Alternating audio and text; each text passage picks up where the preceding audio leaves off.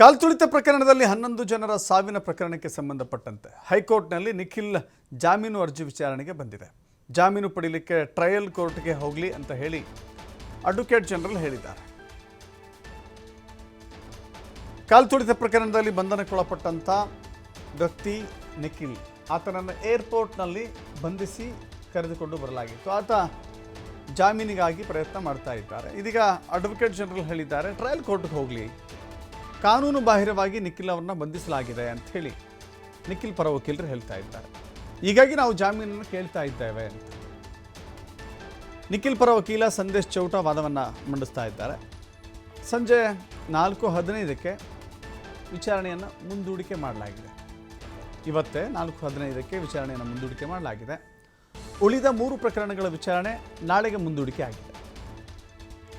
ಇಂದು ಸಲ್ಲಿಕೆಯಾಗಿದ್ದಂಥ 3 ಅರ್ಜಿಗಳ ವಿಚಾರಣೆಯೂ ಕೂಡ ಮುಂದೂಡಿಕೆ ಆಗಿದೆ.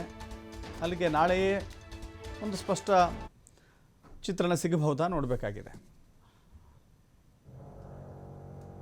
ಪರ ವಿರೋಧ ಮಧ್ಯೆ ಈಗ ನಿಖಿಲ್ ಕೂಡ ತೋರಿಸ್ತಾ ಇದ್ದೀವಿ ನಾವು. ನಿಖಿಲ್ ಯಾರು ಅಂತ ಹೇಳಿದ್ರೆ RCB ಮಾರ್ಕೆಟಿಂಗ್ ಹೆಡ್, RCB ತಂಡದ ಮಾರ್ಕೆಟಿಂಗ್ ಹೆಡ್ ನಿಖಿಲ್. RCB ತೆಗೆದುಕೊಳ್ಳಬೇಕಾದಂಥ ಸಂದರ್ಭದಲ್ಲಿ ಮುನ್ನೆಚ್ಚರಿಕೆ ಕ್ರಮಗಳನ್ನು ತೆಗೆದುಕೊಂಡಿಲ್ಲ ಅನ್ನೋದು ನಿಖಿಲ್ ಮೇಲಿರುವಂಥ ಆಪಾದನೆ. ಈ ದುರಂತದಲ್ಲಿ ಅವರ ನಿರ್ಲಕ್ಷ್ಯವೂ ಕೂಡ ಇದೆ ಅನ್ನೋದು ಸರ್ಕಾರದ ಆಪಾದನೆ. ಈ ಕಾರಣಕ್ಕಾಗಿ ನಿಖಿಲ್ ವಿರುದ್ಧ ದೂರು ದಾಖಲಾಗಿತ್ತು, RCB ವಿರುದ್ಧ ದೂರು ದಾಖಲಾಗಿತ್ತು.